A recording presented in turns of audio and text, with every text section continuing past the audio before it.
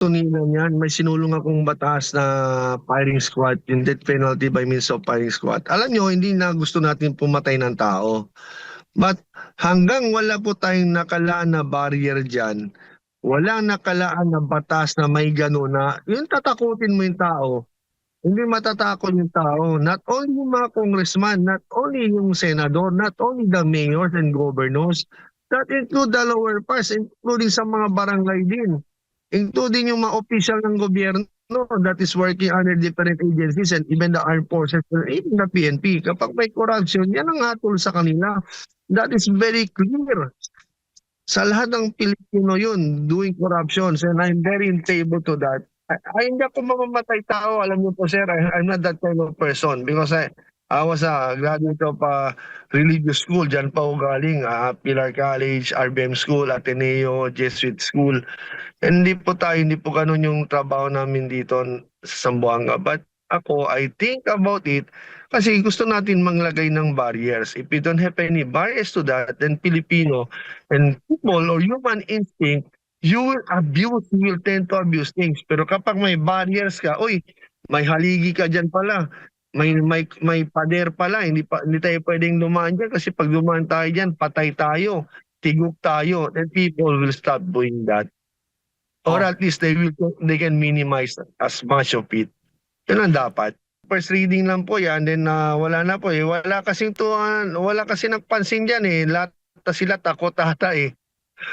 Takot sila eh. Ba't ako sabi ko, gusto ko, even myself, kung I found guilty, may kaso ako corruption, hatulan din ako doon. Walang problema sa akin eh. Di ba?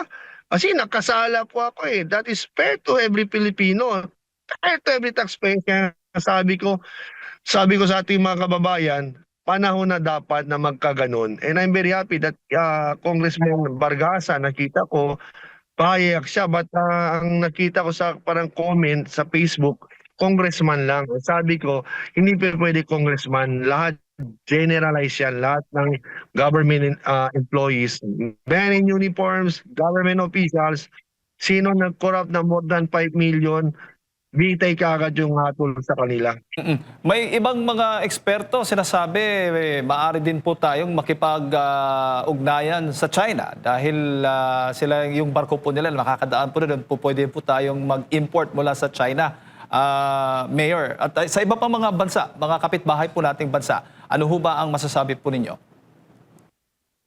Tulad ng sinabi ko kanina, wala namang masamang makipag-ugnayan sa China, no? Because we're talking about business. Bibilin mo rin naman yung fuel, hindi mo naman hingin sa kanila. Bibilin mo yung fuel sa kanila.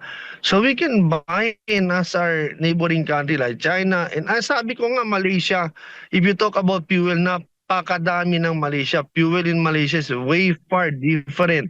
I think nasa 40 pesos na sa kanila yung fuel ngayon. Almost uh, half of the price, no?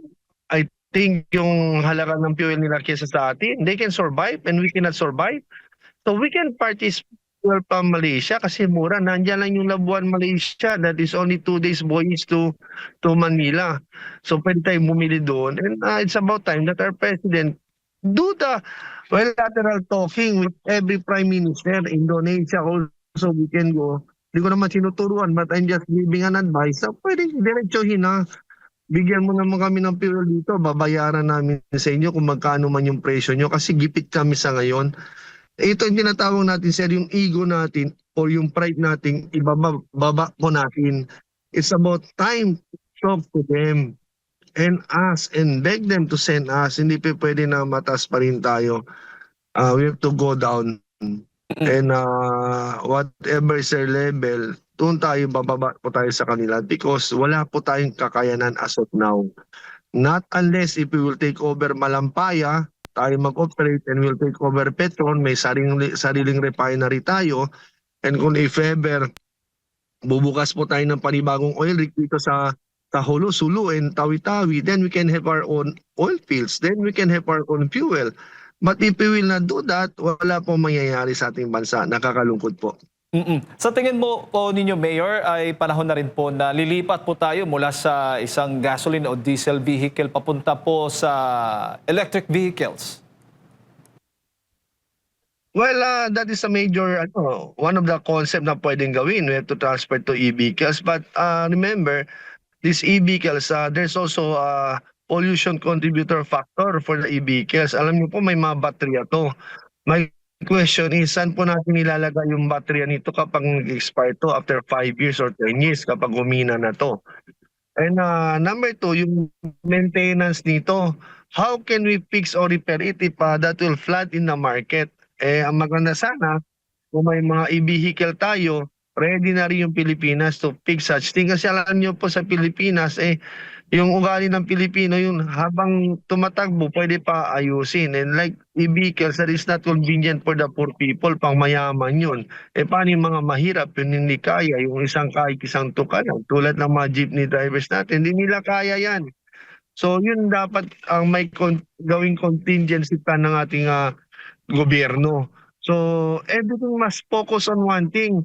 We have to send our team, no, of mechanics to China or to America for training. Dapat may training po. Japan, send them for training. Once they will be well trained, uwi sa atin dito and those knowledge i-share sa ating mga mekaniko. As of now, tingnan nyo, tulad nga lang itong mga electronics computer box na vehicle that is fuel automated na pinapatagbo by fuel. May problema pa rin ngayon hanggang ngayon. Ang hirap ayusin. One fuel injector that is already costing 35,000 pesos, parang ino-overhaul mo ng buong makina. No? But if you come to think, nadadaya pa rin because we try to go with Euro 4. Imbes mag-Euro 4, yung iba, dinadaya, tinatanggal yung injector, tinatanggal yung injection, pinabalik sa manual. Ganun pa rin ang situation. So, these are the things that our country should consider. Padalahan yung mga training natin pang test that to other country to study the new technologies para kabisado nating i-repair dito. Kasi pag dumating yung mga e-vehicles na yan, hindi kaya ayusin ng mga Pilipino yan, believe me. Opo. Sa nakikita po ninyo ngayon, Mayor, may sapat po bang contingency plan ng gobyerno? Particular na rin po kayo, pag lalo pong lumala itong sitwasyon dyan po sa Middle East at ito pong malaking epekto ng oil crisis sa ating bansa. Yan ang problema ng ating national government together with the local government. Supposedly po, each and every LGU and in every national government natin, dapat po talaga may specific manual po tayo. Ang tinatawag natin doon specific manual for the country and a specific manual for the local government. And in that specific manual, dapat meron po tayong mga contingency plan. Since I sit down na sa city mayor, wala po tayong contingency plan. No? Ginagawa pa lang po namin. Meron pa lang po kami some for the disaster, pero other than that, wala po. Ginagawa pa lang po namin may ibang contingency plan. Because we want to update it and become a manual para, alam niyo po, kay sinong mayor upo dito, when they come in, may contingency plan na yung munisipyo or yung local government. Mahirap po pag wala. So meron po tayong ginagawa pertaining dito ngayon. We're preparing budget also, most especially this supplemental budget namin. We allocate fundings for crisis situation. Mayor, pwede ho ba yung mga LGUs na mag-import ng langis sa ibang bansa kahit hindi na po nakadepende sa ating national government? Hindi po pwede. Dapat duman po talaga sa PNOC. No, we have to get seek approval from Department of Energy kasi akala ko nga yung Davao, they were able to do that. No, nakapag-import kaya so na wala, negative pala yun. Then I contacted also Palawan. Akala ko may mga nag-import din. Yung pala sa Palawan, yung pumapasok yung bari-bariles coming from Malaysia. Coming from Malaysia, sinasakay sa dam, papasok ng mga ganun. So, yung under the table ba? So, walang legal na Kaya sabi ko, even sabi ko dito sa South, wala talagang legal basis. Kaya dapat meron po talaga maging legal basis. Kaya ang dapat gawin dyan, si DOE together with PNOC and our President, dapat pag-usapan nila ng mga sekretaryo na yan and talk together and discuss among paano tayo bibili ng fuel sa Malaysia. Kasi napakamura po ng Malaysia. That's why I contacted our Minda secretary last week, no? Sinabi ko, if we can conduct meeting by this week, sabi naman ni Secretary, he'll be arriving this week and we will discuss. Sabi ko, together with the local chief executive, all mayors in Mindanao, kailangan mag-usap tayo kasi malaking problema to. If these things will not stop until June, July, August, wala. Baksak yung bansa natin. So those are the things na hinahabol ko po. Hopefully that the Secretary can come the soonest and we can discuss together with all mayors in Mindanao. Opo. Mayor, kayo bilang isang dating OFW din, yung puso po ninyo malapit sa mga OFW, tulad ng sabi po ninyo, naging seaman po kayo. Ano naman po ang masasabi po ninyo hinggil na dito sa pagtulong ng gobyerno sa mga kababayan po nating OFW na apektado po nitong krisis sa Middle East?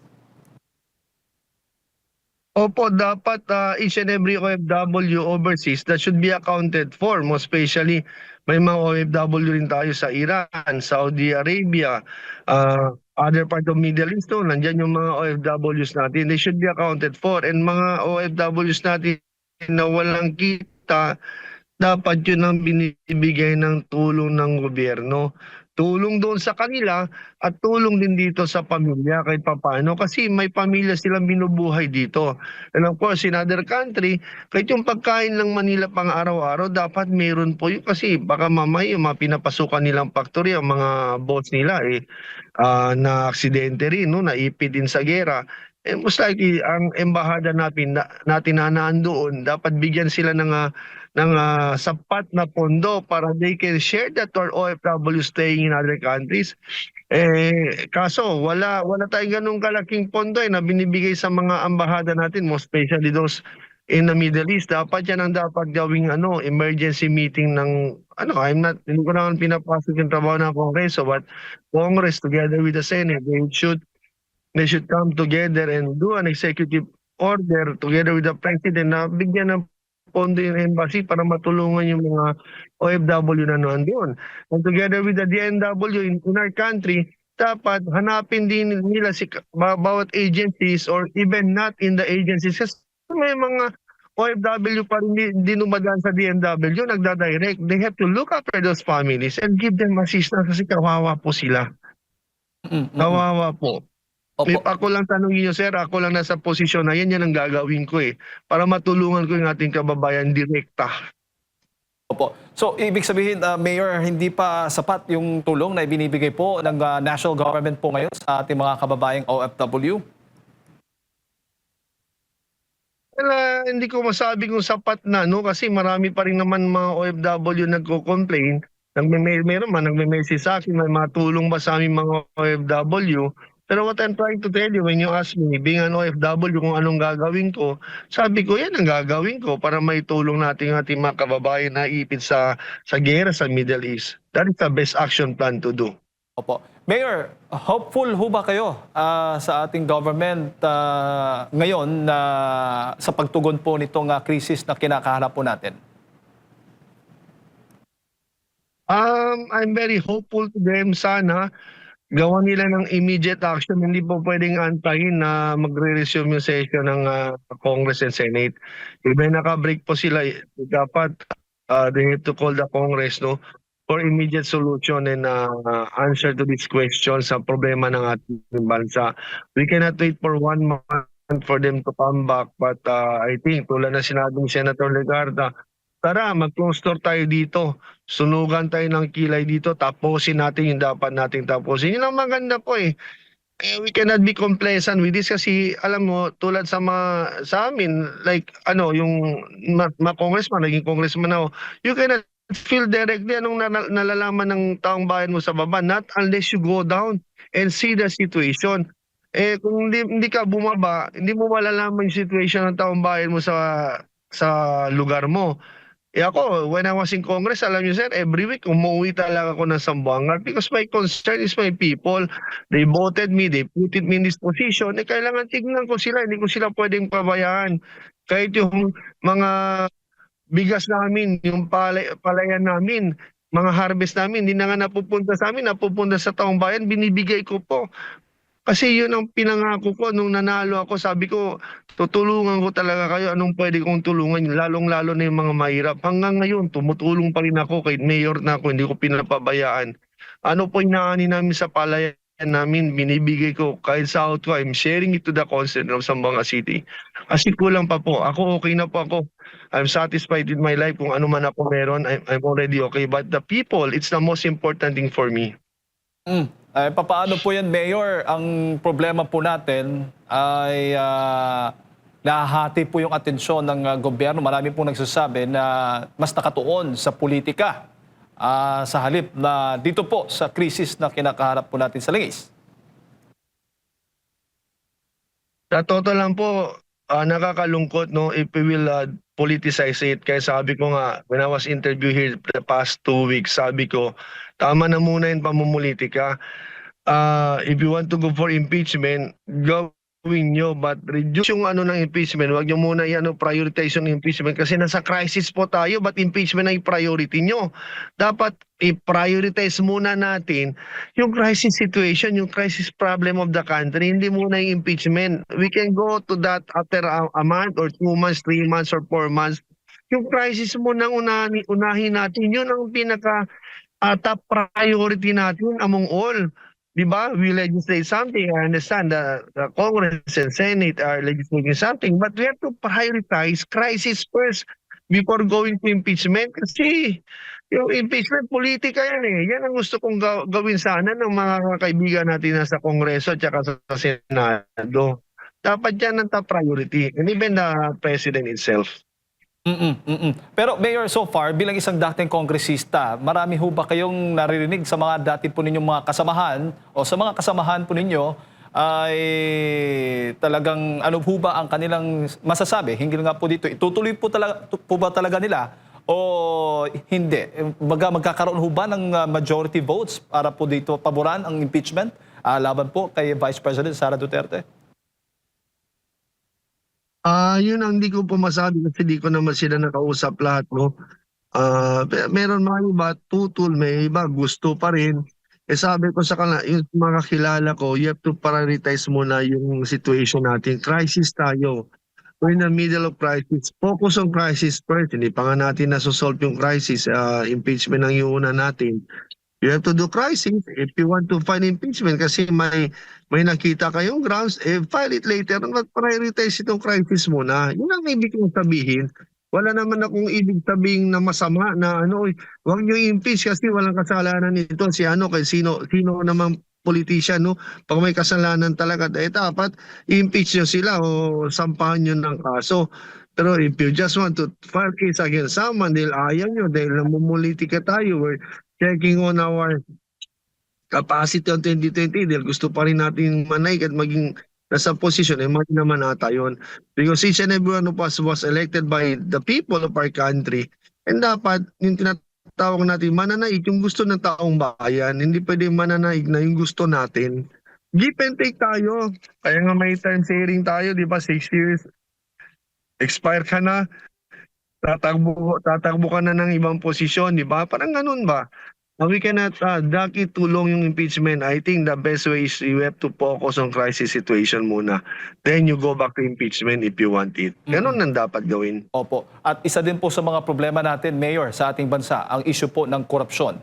Ano ho ba ang masasabi po ninyo sa ginagawa pong mga hakbang ng gobyerno laban po dito sa pagpapanagot doon sa mga sangkot dito sa flood control anomaly? Marami na pong mga witnesses, ang mga nagsilitawan, nagsilabasan, lumantad para magsalita laban po nga doon sa mga opisyal pa, mga high ranking officials na sangkot nga po dito sa korupsyon sa ating bansa.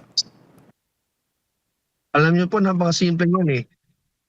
Kung gusto nila yan, may sinulong akong batas na firing squad, yung death penalty by means of firing squad. Alam niyo, hindi na gusto natin pumatay ng tao.